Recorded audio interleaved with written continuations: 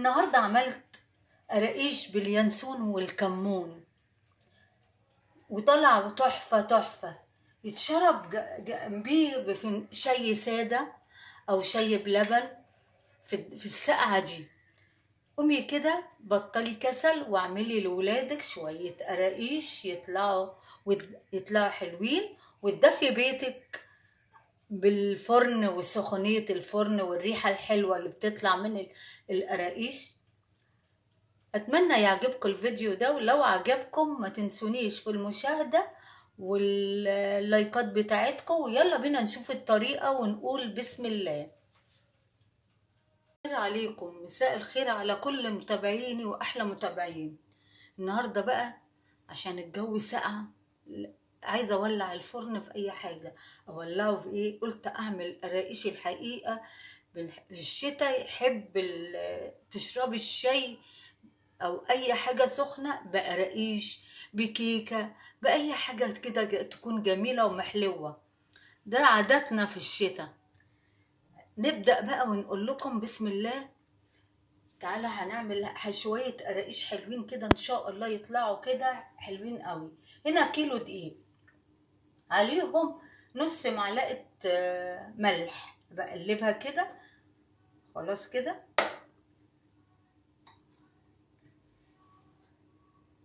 بعد ما بقلبها بنزل هنا سمسم وسكر، معلقتين 3 سمسم و3 معالق سكر اهو كده في النص كده. انا بقى مش هعملها بشمر وينسون زي العاده، لا انا هعملها بكمون وينسون. انا هنا مدفيه كل الحاجه، مدفياها وطحناه اليانسون والكمون. تمام. معلقتين او معلقه ونص او معلقه ونص حسب الرغبه عندكم. هنحطهم في النص برضو كده. خلاص كده. نشيله بقى الحاجات دي كده وننزل الخميره. كيس خميره، كيس خميره. لو عندك خميره من التانية بتبقى احلى قوي قوي قوي. ادي الكيس اهو. خلاص كده. ننزل تاني نص معلقه بيكنج باودر، نص معلقه صغيره. خلاص مش بقلبهم لان هنزل السمنه عليهم. عايزه تقلبيهم ممكن. بصوا بقى، دي كوبايه سمنه مسيحاها، هاخد كمان كوبايه زيت. وهنا الشرش اللي بيطلع من السمنه، من الزبده اللي بتسيحيها. يعني هنا عندك هنا لبن ممكن تعمليه، لبن مقطع ممكن تعمليه. شرش الميه اللي بتطلع من القشطه بشيلها، اعبيها واشيلها في الفريزر للمخبزات دي. تعالوا بقى ايه ننزل. اقلبها الاول كله على بعض كده مش بيبان، وانزل السمنه وانزل الزيت. بسم الله. سمنه مسيحاها شويه، مش مسيحاها. هنزل كمان كوبايه الزيت او مثلا نص كوبايه زيت. هننزل نص يعني كوبايه الا كده. انا بحبها يعني تكون حاجتها معاها ياما. خلاص كده. ابسسهم بقى وارجع لكم تاني. ابسسهم بايديا كده وارجع لكم تاني. يلا بقى بعد ما بسستها كده الطريقه دي شربت الإدام كله. هنزل هنا الميه دي انا مدفياها، اللي هو الشرش بتاع القشطه. برضو مش هنزل مره واحده، هنزل شويه.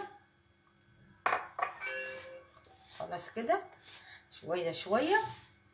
هي هتاخد اكتر من كوبايه، لان الدقيق كده يعني شرب ما بانش فيه الإدام، من النوع اللي بيشرب إدام. مش كل الدقيق زي بعض. بصوا هطوز تاني وعندي تاني انا مسخنه تاني كوبايتين.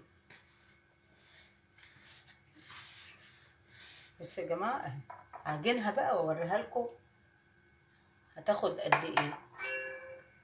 بس يا جماعه هي خدت كده يعتبر كوبايتين اهو.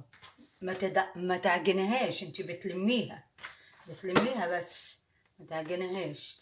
لا، هركنها كده عبال ما احضر الصواني وحاجتي. هي ما بتخمرش دلوقتي، بتخمر بعد كده ما تتحط في الصواني.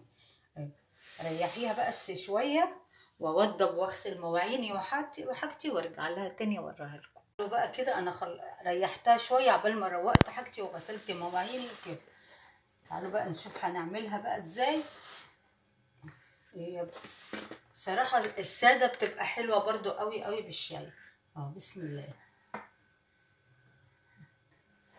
نغطيها برضو عشان ما تنشفش. نبرمها برضو كده، عايزة نبرمها كده طويلة كده عشان هبططها تاني. اشيل ده من هنا. اوريكم كده اهو، ببرمها وارجع بططها بقى كده. تظبطوها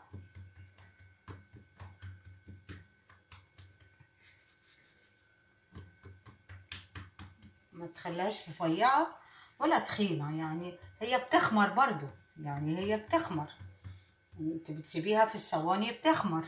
خلاص كده هوريكم حاجة كده عينة كده مع نفسي الباقي بقى.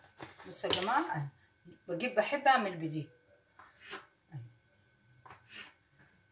ما بقى بالورب كده، بقطعها بالورب.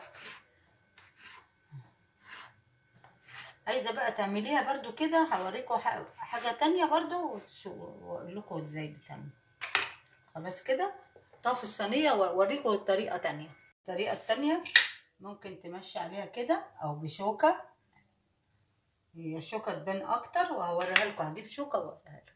الطريقه التانية جبت شوكه، هنعمل كده بيها كده، اضغط عليها برضو ضغطه ما تخافيش مش هتلزق. هي كده شيلي الحرف الاولاني والحرف التاني واقطعي بقى زي ما انتي عايزه اهي، رفيع تخين زي ما انتي عايزه اهي بالطريقه دي. حلوه برضو النقشه دي حلوه. خلينا على دي كده.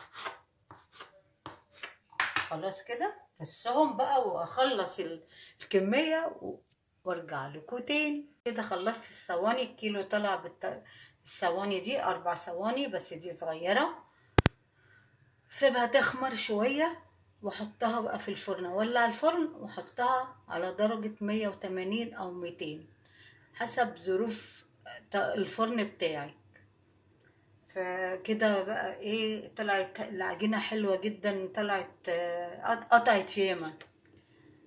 هدخلها الفرن بعد شويه. رأيكم بقى بعد ما طلع من الفرن. بصوا الجمال، بصوا الحلاوه، بصوا يا جماعه، بصوا مفرغ من جوه، جميل جدا، طعمه حلو جدا. انا اكلت منه وانا بحطه، جميل جدا جدا. ده بقى عايز الشتاء بفنجان شاي كده معاه. يا سلام يا سلام على الجمال. ايه رأيكم بقى؟ استاهل كام لايك بقى منكم؟ اكيد كتير كتير كتير. اتمنى يعجبكم الفيديو ده، ولو عجبكم ما تنسونيش في المشاهدة والمتابعة عشان يوصلكم مني كل جديد. والى اللقاء في فيديو جديد في مطبخ ماما سوسو. باي باي.